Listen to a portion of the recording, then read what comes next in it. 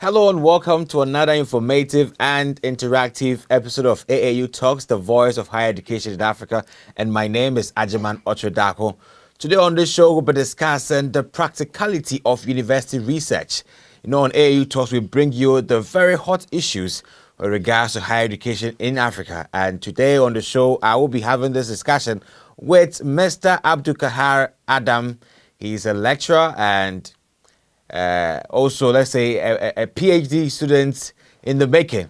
So we hope to find it finally done. So don't go anywhere. We'll go for a quick pause. When we come back, we'll let you know our discussion. Don't go anywhere. A quick break.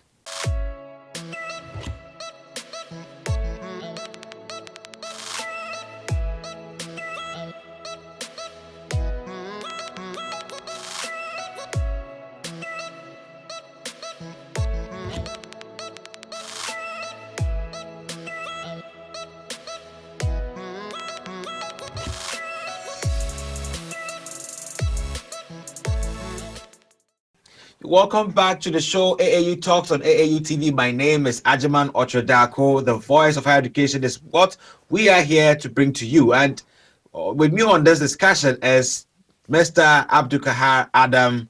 Mr. Abdul-Kahar, if you can hear me, you're Yes, welcome to AAU Talks. Thank you very much. Appreciate that. Sure. So today's topic is about the practicality of university research in Africa, and that is quite controversial though, but we'll still have time to bring out the necessary facts in it for the good of our viewers out there. So I want to begin with let's do a quick view from you on the terrain. How can you tell the progress of university research and its practicality in the African continent from your point of view? Briefly, before we even dive deep into the main discussion, what would you say about African research and its practicality in the continent from the higher education point of view? Thank you very much. First of all, practicalities of African universities form of studies has to do with their governments. Governments have to invest into our universities, provide them the necessary technological know-how, equipment, and all the non-human resources and human resources that the universities need. First of all, that's how we have to calculate. Okay. Now, if that is done, government too have to train current researchers and lecturers in practicality, because currently, if we are all considering the research that we have been doing, of course, you might say that we are not practically trained, but most of us are practically trained because most lecturers or researchers come from what? The work environment. Yeah. You understand? The work environment. Some people come from the industry and join university. So therefore, some have both practicalities and also the theoretical aspect in the university. So it's not everything that universities are teaching across Africa that the resources don't understand practically. They do. But if you understand practicalities and the equipment or resources are not established or available in your institution, how do you deliver? Take engineering, for example. If somebody, there's a software that somebody has gone to America and studied his research and then come back to his country, the equipment that he used in the United States, when he comes back, is he going to get the same equipment to teach? Okay. You see the difficulties. Yeah. The person comes back, those equipment that the person learned and then come back to teach, those equipments are not there. Then how can the person impart knowledge to the young generation? So we have a problem there. So government have to invest in research by providing equipment, technology, and all the human resources and non-human resources to support. And everything must be tailored along our traditions and culture, because language is just the word. Yeah. If in our tradition, this is the way we do things, we write about it, it also becomes knowledge elsewhere. But if we don't do that, and then we try to pick somewhere and just want to cite it or talk about it more than even what we do here, at the end of the day, we are praising elsewhere, but not talking more about us. And basically, that is what I have to say for now. Yes. Okay. We sampled in some of the reasons or the challenges that investors face in Africa. and with regards to research, and I picked three of them, which were very, very serious challenges. The first one was about the fact that there was lack of funding. The second one was the fact that there's lack of innovative output in our research. And the third one was the issue of the lack of unity or harmonization of African higher education institutions in the continent. Let's start with the first one. You mentioned that funding is one of the reasons why we are not having that practicality we need, because government doesn't allocate enough resources, or let's say the budget. But this is arguable because in Africa, a good trend analysis tells us that the budget that all governments in Africa allocate to education, with regards to other sectors like health and agriculture, education takes a chunk of this budget. So then someone will say, how do you mean that you don't have the right resources available for you to do the right research? It's arguable. What would you say to that? That statement needs to be investigated. Maybe talk about salaries and wages first. Okay. Government salaries and wages. You know what it is. How much goes into the payment of salaries and wages? Some people say compensation, salaries and wages. Yes. In fact, you might say that African governments are investing more in education, but it is not enough. It's just not enough compared to elsewhere. And besides that, how are they doing the investment? How are they investing? If they don't invest in strategic areas that will give us this practical knowledge and invest in short-term issues, I mean, that will not give us the long-term benefit, then we'll have problems. So it all have to do with strategic investment. You understand? Like we are saying, if you are investing into primary schools, it's good. How about tertiary institute when they get to university? And then education at the university level is challenged.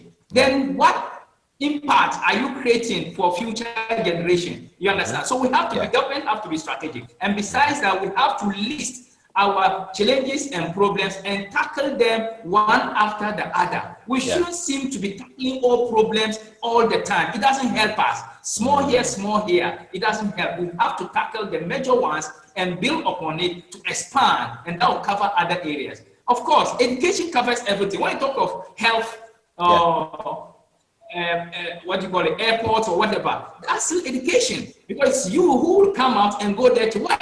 Is that not it? A doctor needs to be trained academically and scientifically before you go to become a doctor in a hospital. Do you understand? So education is everything. So the only challenge in Africa is that, like we said, we are not united. Our ideas are not coordinated. Our ideas are not together. We only cherish what is published elsewhere or is said elsewhere.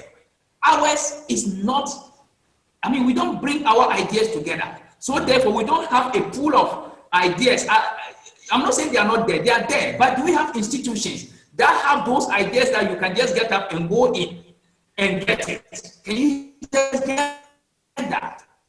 Maybe not. But you can get one here. A strong scientific, look at this coronavirus, strong scientific laboratory with African doctors to be carrying out our own researches. It's not every medicine or drug that should come into Africa that we should be using straight away. It should be tested and verified by us. Yes, we have food and drugs board and whatever, but what are their resources? What is their capacity? We can't just rely on that. So, in fact, we need to do a lot. Yes. We have to be strategic. We said we are a nation or a continent with resources, but we don't see our development. Maybe we have to be strategic. We need strategic thinking. And the kind of politics that we do too is actually endangering our future and our economies. You know what I'm talking about. So everything, first of all, for me, is built on our kind of constitutions. And the kind of politics that we play is also killing our education and successes of African continent. And this is what governments, if they are serious, have to look into and have future leaders in their mind. It is not about your wealth. It is about the future of the generations that will come after you and will praise you. Today, we still talk about Nkrumah and all that. And I always ask people, where's Nkrumah Hotel? Where's Nkrumah, what do you call it? Nkrumah Mansion or something. I haven't seen that. This is what we call integrity, people, a man for the people. Can we have people like that today? Can we have people like that today? It's not the same. So to be honest, our constitutions and then our way of politics have to be looked into. We Africa, as you see us now, we are enemies to one another. We are not united. So therefore, our education and everything can never be united, and we can never progress. So we have to be serious. We cannot be joking among ourselves and want somebody to come from somewhere to help us. No, it doesn't help. It doesn't work like that. So if we travel outside the country, we see what goes on. We see how they abide, they obey laws, rules, and laws. Why can't we do that here? You understand? If we want to develop our nation, out there, people have the question that no, I have to do things good to help my country to have good name and be good. But do we have the same mentality here? And why is government not taking the initiative to be educating their people about how to behave, how to live, but rather concentrating on their politics, how to win power, how to win power? It does not make sense. So our education, the development of every nation is based on education. So the kind of education we have in Africa was based on the poor foundations that we took it. And that is something that this current generation have to change so that children yet unborn will come to benefit. And that is what development is all about. You just don't have to get the satisfaction. Somebody might come to get the satisfaction. Do the right thing. Lay down the foundation. You alone cannot do it. We alone cannot do it. But you have to lay the foundations well so that the economy and the people will appreciate. And your country too will grow and the good name will come. Thank you. Thank you. That's been a great deliberation over there. We still have more to discuss, but we'll have to go for a quick pause. So we'll come back. We'll continue with the difference in terms of students, research, and practicality. Go for a quick pause. We'll be right back.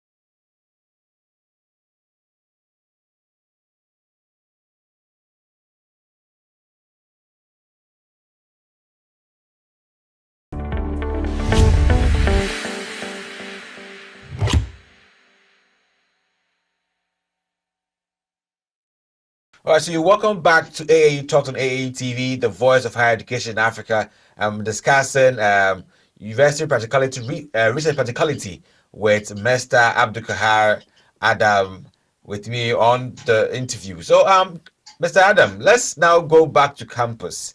Now, we know that we have challenges like what we discussed earlier. However, there are some issues also that have to be talked about when it comes to students' research, identification, and its impact. I would want to say that a couple of research that we've churned out, into industry. Industry is not actually absorbing students or many graduates these days because, first of all, industry perceives that the content of the research that we do basically do not solve their problems. And it comes back to academia. What is academia not doing?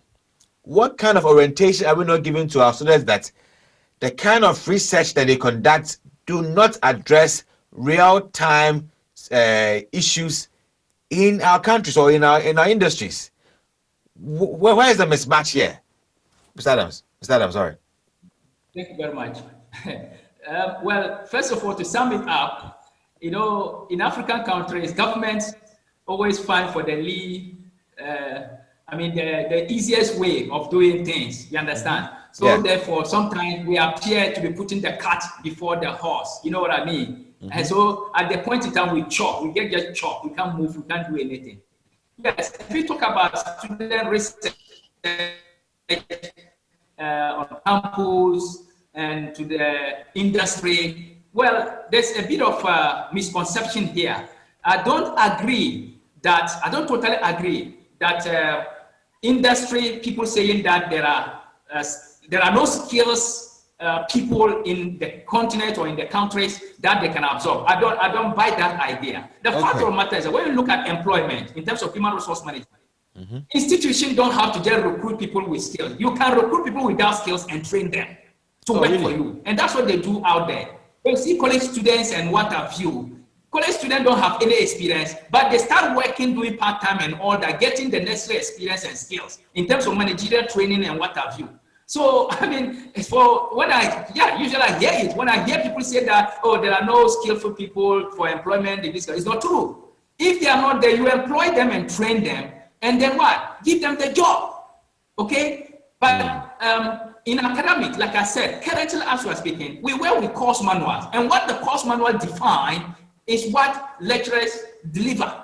So the course manual, as you can see, most of the time is theory, but of course, engineering or practical courses, you see, our understanding of practicalities is different in our continent or context, because when we say practicality, people think that you have to be doing engineering or medicine or pharmacy or carpentry. Do you understand what I'm trying to say? But when you're doing human resource management or marketing, accounting and all that, then that should be theory. But that is not the case.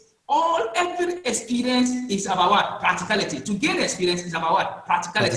The challenges that you get, you experience. So if you are studying, it is also important that some practical knowledge is what? Is attached to your studies. So if you go to universities, it's not totally true that students are not taught practicalities. Of course, you might say it is still theory, but it's practically somehow, because sometimes we have workshops, we have seminars, we train them, we bring people from the industry to talk to students and all that. But of course, like I already said, when you talk about the project work or dissertations or what have you, yes, there's a bit of challenge there, because student numbers, and also it's a system we can't just pretend. There are some people who go to other people elsewhere to help them, and there are also situations people say that people take somewhere and present and all that. So the challenge to African universities is how they can come together and have a database of previous researches and records and the authors,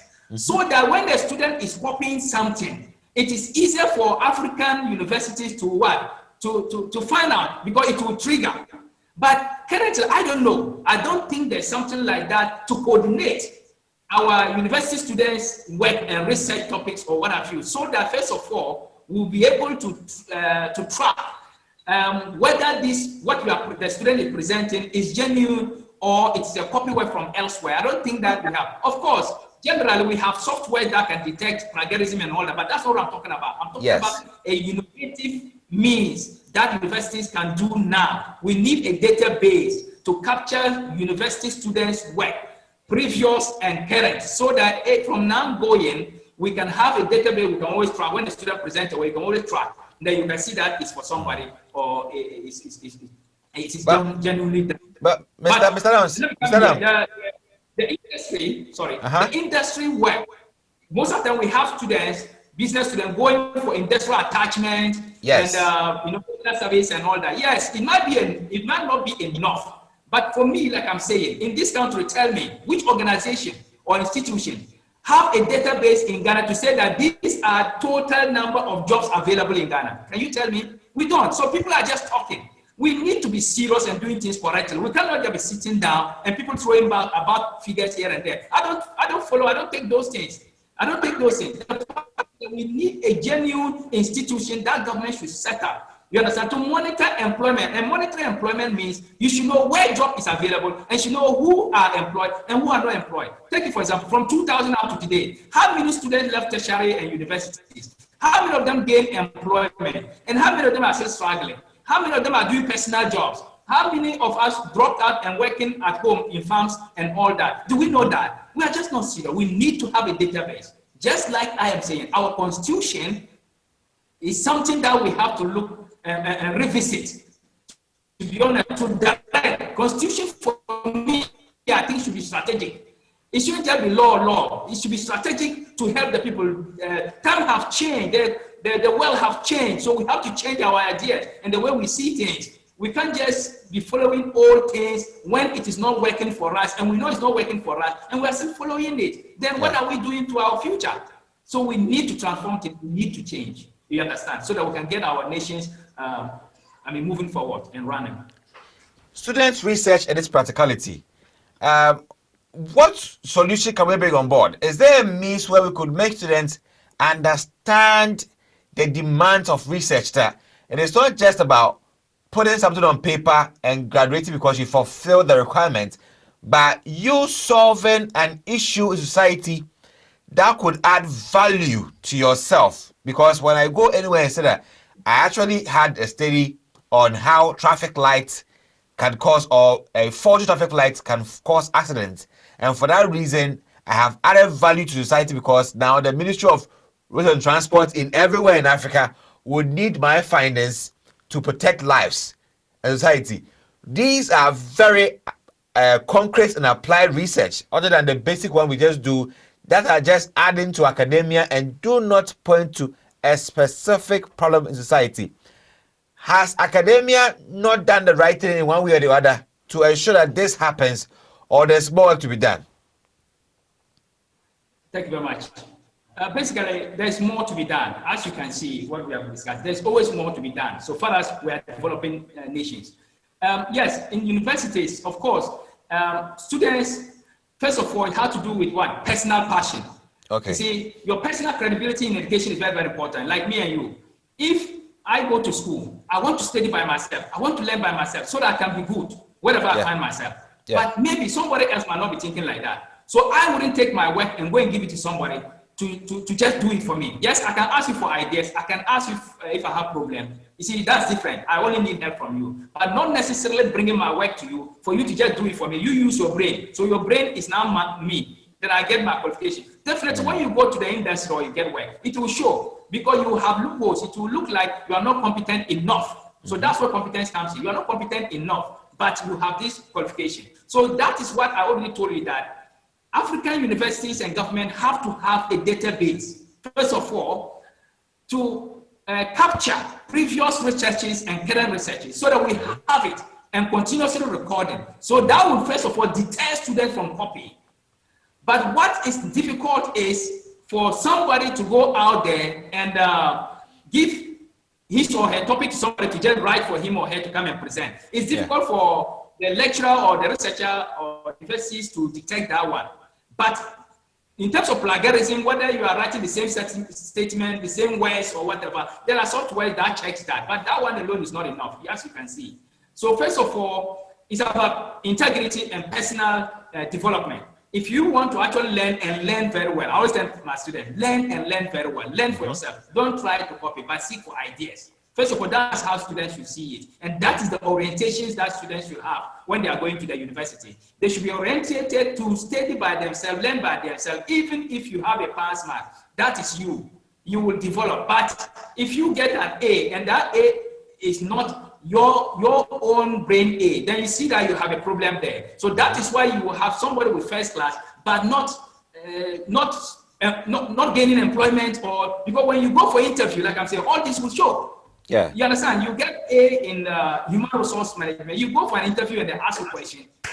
You can't answer. So you see there, the panel will now have a thinking that, oh, then maybe you don't deserve this certificate. So if students want to look like their certificate, they have to learn by themselves so that they will not implicate themselves when they are looking for jobs.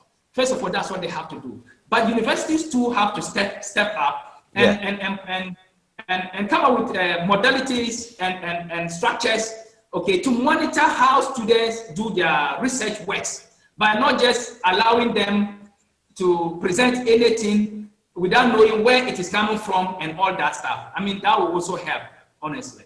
Basically, that's what I want to add to this one. You know, there's this particular slogan, or it's a saying in some higher education institutions in Africa, that you either publish or you perish.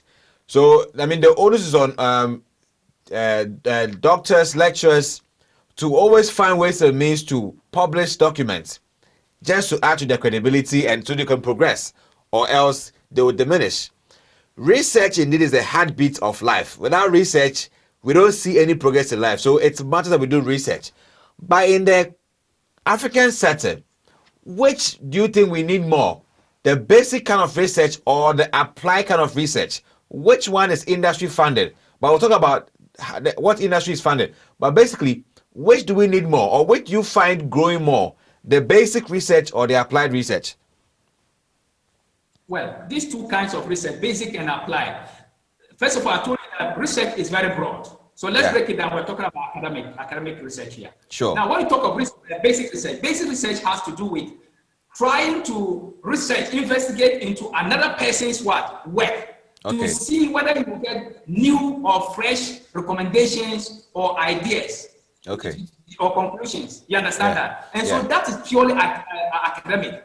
You understand? That is purely academic. Now, when you talk about applied, you are carrying out a research topic that you think that can be applied to the sector that you are investigating. But ask yourself, who asked you to carry it out? That institution have not contracted you to carry it out. So the important here is that the distinctions is that government only need to establish an institution where they will show interest in their continent researches, where they will have a database and capture, so that that department or institution will be going through and see any recommendations researchers make, let's say students or researchers themselves, lecturers, then they can adapt and implement onto the economy.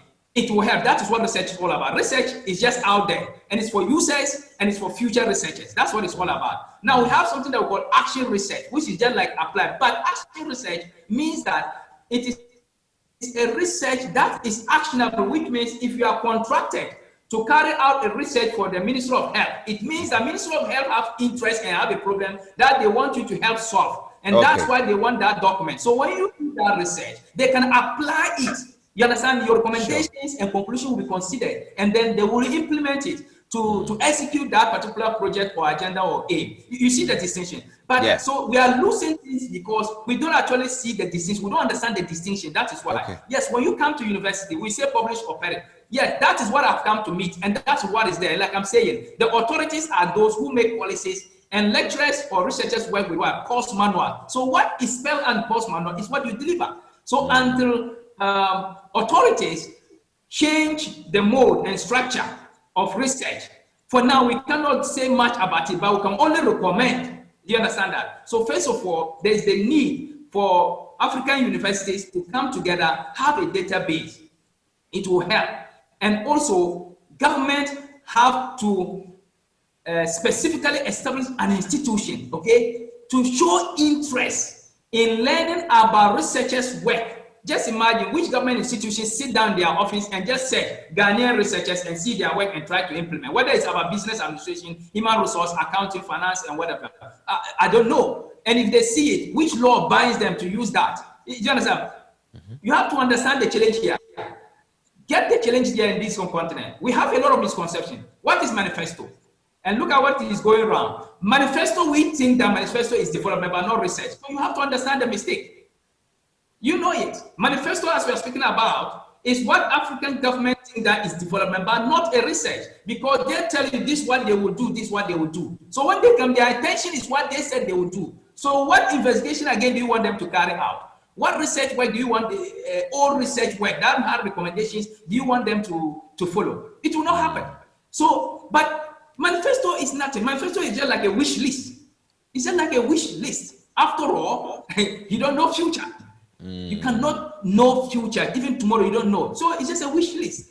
So research is very, very important. I would have wished that African government pay attention and establish institutions to take charge of the continental researches and start going through them and even pick them as their manifestos. Then fine, that's my recommendation. They should pick past researches they think is good, has good recommendations as their manifestos, rather than just promising. Because for me, it's like the rest of us citizens don't think for ourselves; they think for us, which is wrong. It's not that, because manifesto is not scientific, but academic work is scientifically tested. So therefore, at least it can have somewhat potential truth, and it can help rather than manifesto. I don't buy into manifesto. It's just a wish list. So that is the problem we have in this country. People think manifesto is development, but not research. So like I said, action research for organizations. If which by EcoBank contracts you to carry out a research for them, it means that it's actionable. It means they have a problem, they want you to solve their customer service. So that's what you are doing. So you finish everything, which means you will be paid for that. But student, well, who pays them for that? No, it's not about pay. It's about you. Okay. Academic requirement. So you see, what we do is a requirement. So we can't change it. It is stated. A lecturer before you will be at work and at. So you have to understand. It is a requirement. Okay. That you made a very important point about the fact that manifestos we have in this continent, and it should not be from the political parties or even the flag bearers, but should be coming from our own research institutions, our universities, because we are the one carrying out the study on the issues on the ground in the environment, affecting us in health, education, or so. If you need data or a problem to solve, perhaps you must rely on these institutions to know the real issues, the real data backing it, so you can know how to carry it out. So manifesto should become action research, basically, if I understand your point very well, as you made. All right, then, Mr. Adams, at this point, we are making recommendations. That is one good recommendation for our leaders, that if we really want to be serious with research, then we must invest in autonomous, objective research institutions that will undergo research, well-funded, basic, applied, and even actionable ones, so that there could be the repository for information to buffer our manifesto, so we know what we're talking about and the data backing it. Which other recommendation will you give with regards to the legitimacy and authenticity, the authenticness, and how legitimate our university research will be with regards to students? Because they also play a role. I mean, students can also carry out very good research that can also speak or serve as action research. What can we do to streamline that area so that we don't do contracting and we don't just go and do copy and paste, but we'll do researches that are well identified, that are tailored to industry issues, so that we can also be employable in this aspect, because we can also build to our credibility when we do the right thing. Thank you very much. Yes, first of all, I will advise every student to rely on their own integrity from now and then, so that they carry out their own research by themselves. Yes, after research, you can go and seek for knowledge or advice from somebody to direct you, but don't let the person write for you. You see, academic work must be independently done, and there shouldn't be institution that is calling for people to come and pay money, they do it for them. And I also call on National Accreditation Board to chase out such institutions or such individuals who normally just advertise out there for people to come and they will help them for their project work and all that. It is not good for our educational system here. Now, out there in Europe or whatever, the government, okay, invest a lot into research, and they take research seriously. And that is why we can never compare ourselves. Look at China and all this. It's all about research. Yeah. Malaysia, Singapore, it's all about research. But for us, I'm saying that we don't have a government that pay attention to research, but rather just manifesto. You know what is happening in Ghana. You understand? In other countries, all about manifesto. And manifesto is just a wish list. It doesn't mean development. That's manifesto itself. Is it legal? Is it law? It's nothing. It's just a wish list. It's not legally binding. So it's just a wish list. So why can't you rely on the academic work? So another advice I'll give is that because of student numbers as well, maybe the project work can be tailored. We have something that we call under our academic studies. Research work is studied under research methods. So when I say research methods, you understand that covers all our research, whether what do you call it, business policy document, business plan, or whatever. Everything is treated under research method. So if the research method class can be used to make every student in class to start their project work in class, they go out there, get the information and everything, come to class and doing it in the presence of the lecturer or the researcher, and then they know where they end. It is signed, they move on, then they progress like that until they finish. I think it will help to be eye on the ball. You understand? Yes. But if we just leave it, this is your topic, go and produce, you bring, then I check, because I'm lecturer, yes, I check, but I'm saying currently this is what it is, and I cannot change it. Nobody can change it, but we are only advising. If we do it in class, whereby students, yes, will go out, carry out their investigation, come to class with the consultation of the lecturer or the presence of the lecturer, researcher, will guide them to write. Then researchers sign, this is where we end, and then they move on to another till they all finish their project. Then you see that it will be authentic, and there is someone will appreciate the knowledge of learning rather than stealing, academic stealing, because when you allow somebody to do work for you, it's stealing, that one, and it's punishable, you see. But this kind of environment, if we don't have database to actually even trigger, how do you punish anybody? You understand? Sure. So, but of course, under normal circumstances, some people have been punished elsewhere in Africa, I know, because if you plagiarize somebody's work, you understand, and you are caught, definitely you'll be punished. And some have faced those kind of problems. So students must look for integrity, and the universities too must try to see if it can be done in class, step by step. I mean, it's a whole strategic plan that we can draw out so that everybody knows how to carry out the project work in the presence of the researcher without necessarily going out there. They can still be in. We just have to rethink. We can't be doing the same things, wanting things to change. It cannot happen. We have to change positively so that we can get the benefits of research. Thank you. Exactly. I want to say a very big thank you to Mr. Abdul-Kahar Adam for your point of view, your perspectives, and your submissions were so great. One of the points you made that really, I think, it's quite encircling is that government should really dedicate resources to setting up an independent and objective research center that could conduct very, very tailored action researches so that they could be the basis for our manifesto. So we don't just go and create wish lists, but we create solutions to issues that had been tried and tested and produced with innovation. And also, the students' research administration should be now brought in a new way, where students could have that close contact in the lecture halls. We could now have a steady growth, step-to-step growth, and not just left to yourself to go and get information and come back for our supervise. I think these two are very great points that if we really implement in our continent, research, innovation, output, and research impact would quite be an amazing one in our continent. Thank you very much, Mr. Adam, for your great submission, and thank you very much for watching. Okay. Yes. Yes.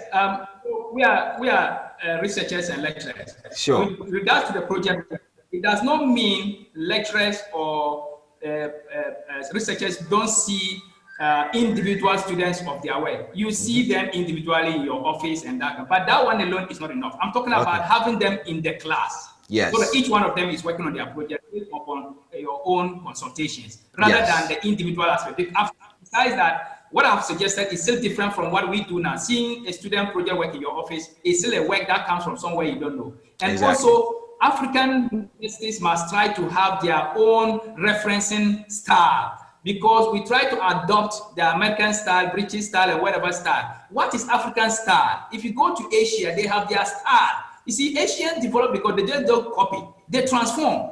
So if you are talking about Harvard system, APA system, and we can transform ours and also say African style, or University of Winneba style, or UCC style, or Legon, University of Ghana style. We can have that. There's nothing that detailed, because that is how you gain world popularity. But if you are always following what others do, then it means that we can never achieve climb the educational ladder worldwide the way we want it, because we are always following what they do. So we have to create ours to importance, and then also overrun some of them. That's what we have to do, and that's what Asians do. They transform everything. They just don't take and follow. No, even if they say Harvard, but they will change something, and then that will now be a UW or UCC or whatever style. So the way we do research, actually, we have to transform them to reflect our name, so that, you know, the world of searches, if you go to Google, then your name is popping up in terms of references and all that. You know, Sure. So basically, that's what I want to say. Exactly. So this is where time can afford us on AAU Talks, the voice of higher education in Africa. My name is Agyemang Okyere Darko, and I was the host for today. And it was a very great discussion with Mr. Abdul-Kahar Adam, our lecturer and our guest today, discussing the practicality of university research. There are more to the discussion. Actually, you mentioned that there are more. However, I mean, a good discussion never ends. So you can keep watching us on Facebook and YouTube, Association of African Investors. Bring in your comments and also let us know what you think on the practicality of invested research in Africa. We thank you so much for your time, and keep watching us on AETV as we bring you more innovative and exciting discussions. Have a nice day and bye. Bye, dog. Thank you very much for your time.